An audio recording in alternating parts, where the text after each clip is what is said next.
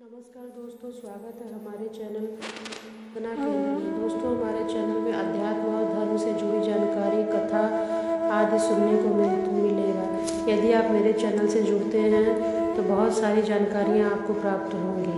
दोस्तों, हर साल कार्तिक शुक्ल पक्ष की एकादशी तिथि को देवउठनी एकादशी का पर्व मनाया जाता है। भगवान विष्णु आषाढ़ शुक्ल पक्ष एकादशी को 4 महीने के लिए योग निद्रा में चले जाते हैं, फिर कार्तिक शुक्ल एकादशी को जागते हैं। इन 4 महीने में देव शयन के कारण समस्त मांगलिक कार्य वर्जित होते हैं। देव उठनी एकादशी पर जब देव जागते हैं तब मांगलिक कार्य संपन्न होता है। देव जागरण या उत्थान होने के कारण इसे देवोत्थान एकादशी भी कहते हैं। इस दिन का विशेष महत्व होता है। देव उठनी एकादशी तिथि दोस्तों, हिंदू पंचांग के अनुसार एकादशी 11 नवंबर की शाम 6:42 को होगी, जबकि इसके समापन 12 नवंबर को 4:04 पर होता है। ऐसे में देवउठनी एकादशी का व्रत 12 नवंबर 2024 को रखा जाएगा। इस व्रत का पारण 13 नवंबर को होगा। देवउठनी एकादशी व्रत के नियम। तो देवोत्थान एकादशी व्रत का नियम: निर्जल या केवल जलीय पदार्थों का उपवास रखना चाहिए। रोगी, वृद्ध, बालक या व्यस्त व्यक्ति केवल एक का उपवास या फलाहार कर सकते हैं। अगर यह भी संभव ना हो तो इस दिन चावल और नमक का सेवन न करें। भगवान विष्णु या अपने इष्ट देव की उपासना करें। इस दिन ओम नमो भगवते वासुदेवाय नमः का जाप भी करना चाहिए। तो इस एकादशी को यह गलती नहीं करनी चाहिए। इस दिन तुलसी नहीं तोड़ना चाहिए। तुलसी माता को लाल चुनरी भी जरूर चढ़ाएं। तुलसी के नीचे दिया जलाएं। इस दिन चावल का सेवन न करें। मन शांत रखें। घर में सुख शांति का सद्भाव बनाए रखें। इस दिन घर में तामसिक आहार जैसे कि प्याज, लहसुन, मांस, मदिरा, बासी भोजन आदि से परहेज करना चाहिए, नहीं तो माता लक्ष्मी नाराज हो जाती हैं। दोस्तों, देव उत्थान एकादशी की पूजा विधि। देव उठनी एकादशी के दिन घर में गन्ने का मंडप बनाएं। बीच में चावल के आटे से एक चौक बनाएं। चौक के मध्य में चाहे तो भगवान विष्णु का चित्र या मूर्ति रख करके चौक के साथ ही भगवान के चरण चिन्ह बनाएं। भगवान को गन्ना, सिंघाड़ा, फल, मिठाई आदि अर्पित करें। भगवान के समक्ष घी का दीपक अवश्य जलाना चाहिए। दीपक रात भर प्रज्वलित रहना चाहिए। इसके बाद भगवान को जगाने की प्रक्रिया शुरू करनी चाहिए। इस समय शंख, घंटी, भजन, कीर्तन की आवाज़ से भगवान को जगाया जाता है। कुछ जगहों पर लोग थाली बजाकर, सूप पीटकर भी भगवान को जगाते हैं। इसके बाद व्रत उपवास की कथा भी सुनी जाती है।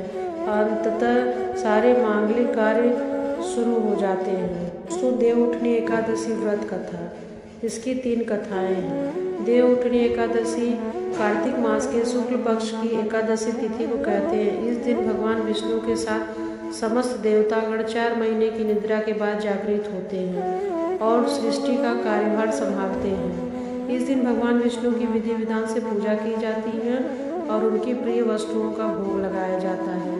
साथ ही पूजा में एकादशी व्रत का कथा भी सुना जाता है, जिससे कि व्रत का फल दोगुना हो जाता है।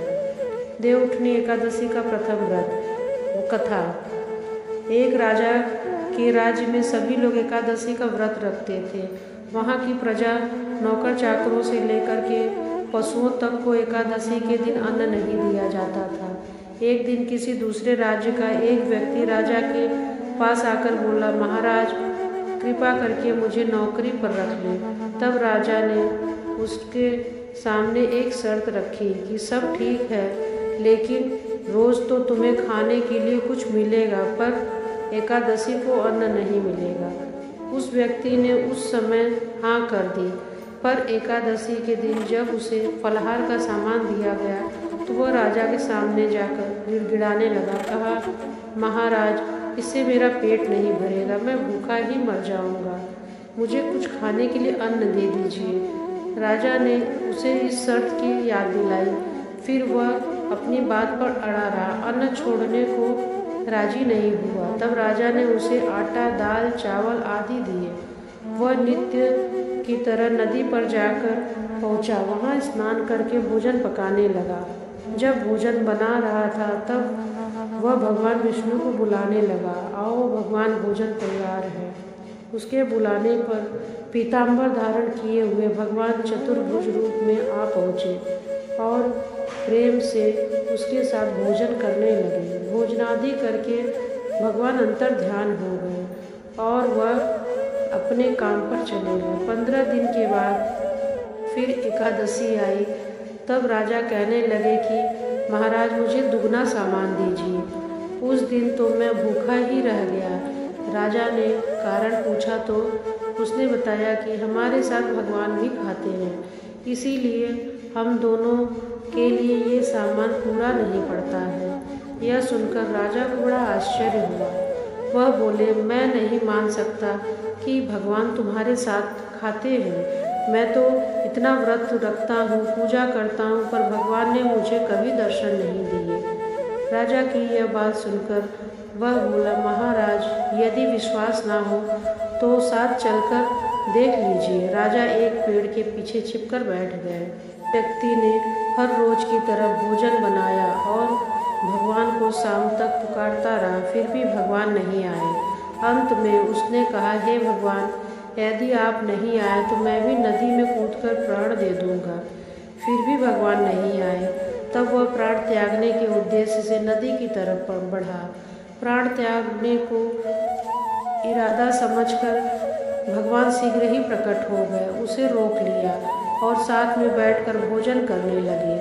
खा पीकर वे अपने विमान पर बैठकर अपने धाम चले गए। यह देख राजा ने सोचा कि व्रत उपवास से कोई फायदा नहीं है जब तक कि मन ना शुद्ध हो। इससे राजा को ज्ञान मिला। वह भी मन से व्रत उपवास करने लगे और अंत में राजा को स्वर्ग प्राप्त हुआ। ये थी एकादशी व्रत की प्रथम कथा। आइए सुनते हैं दूसरी कथा। एक समय भगवान नारायण से लक्ष्मी जी ने कहा, हे नाथ, अब आप दिन रात जगा करते हैं और सोते हैं तो लाखों करोड़ों वर्ष तक को सो जाते हैं। उस समय समस्त चराचर का नाश भी कर डालते हैं। अंततः आप नियम से प्रतिवर्ष निद्रा लिया करिए, इससे मुझे भी कुछ समय विश्राम करने का समय मिल जाएगा। लक्ष्मी जी की बात सुनकर नारायण मुस्कुराने लगे और बोले, देवी तुमने ठीक कहा है। मेरे जागने से सब देवों को और खासकर तुमको कष्ट होता है। तुम्हें मेरी सेवा से जरा भी अवकाश नहीं मिलता है। इसीलिए तुम्हारे कथनानुसार आज से ही मैं प्रतिवर्ष 4 मास वर्षा ऋतु से शयन क्रिया करूँगा। उस समय तुमको और देवता गणों को अवकाश होगा। मेरी यह निद्रा अल्प निद्रा प्रलयकालीन महानिद्रा कहलाएगी। यह मेरी अल्प निद्रा मेरे भक्तों को परम मंगलकारी, उत्सवप्रद और तथा पुण्यवर्धक होगी। इस काल में मेरे जो भी भक्त मेरे शयन की भावना कर मेरी सेवा करेंगे और शयन और उत्पादन के उत्सव आनंद पूर्वक आयोजित करेंगे, उनके घर में तुम्हारे सहित निवास करूँगा। तो ये था देव उठनी एकादशी का द्वितीय कथा। श्रवण करने से भगवान विष्णु और माँ लक्ष्मी की भी कृपा प्राप्त होती है। दूसरी कथा के बाद दोस्तों आइए जानते हैं तीसरी कथा। एक नगर में एक राजा थे। उनके राज्य में सभी लोग बहुत सुखी थे। उस नगर में एकादशी को कोई भी अन्न नहीं बेचता और ना ही कोई अन्न पकाता था। सभी फलाहार करते थे। एक बार भगवान ने राजा की परीक्षा लेनी चाहिए। भगवान ने एक सुंदरी का रूप धारण किया तथा सड़क पर बैठ गए। तभी राजा उधर से निकल रहे थे और सुंदरी को देखकर आश्चर्यचकित हो गए। उन्होंने पूछा, हे सुंदरी, तुम कौन हो और इस तरह से यहाँ क्यों बैठी हो? तब सुंदर स्त्री बने भगवान बोले, मैं निश्चिंता हूँ। नगर में मेरा कोई जाना पहचाना नहीं है। किसके यहाँ सहायता मांगी? राजा उसके रूप पर मोहित हो गए और बोले, तुम मेरे महल में चलकर मेरी रानी बनकर रहो। सुंदरी बोली, मैं तुम्हारी बात मानूंगी, पर तुम्हें राज्य का अधिकार मुझे सौंपना होगा। राज्य पर मेरा पूर्ण अधिकार होगा। मैं जो भी बनाऊंगी तुम्हें खाना होगा। राजा और उसके रूप पर इतना मोहित थे, अतः उसकी सभी शर्तें स्वीकार करते गए। अगले दिन एकादशी थी। रानी ने हुक्म दिया कि बाजारों में अन्न दिनों की तरह अन्न बेचा जाएगा। उसने घर में मांस, मछली आदि पकाए और परोसकर राजा को खाने के लिए दिया। यह देखकर राजा बोला, रानी, आज एकादशी है, मैं तो केवल फलाहार ही करूँगा। तब रानी बोली, अपनी शर्त याद है राजा? तब रानी रूप में भगवान की परीक्षा लेना चाह रहे थे। रानी बोली, तब तुम्हें यह खाना पड़ेगा, नहीं तो मैं राजकुमार का सिर काट दूंगी। राजा ने अपनी स्थिति बड़ी रानी से कही तो बड़ी रानी बोली, महाराज, धर्म ना छोड़े, बड़े राजकुमार का सिर दे दे। पुत्र तो फिर मिल जाएगा पर धर्म नहीं मिलेगा। इस दौरान बड़ा राजकुमार खेलकर आ गया। माँ की आंखों के आंसू देखकर वह रोने का कारण पूछने लगा, तो माँ ने उसे सारी बात बता दी।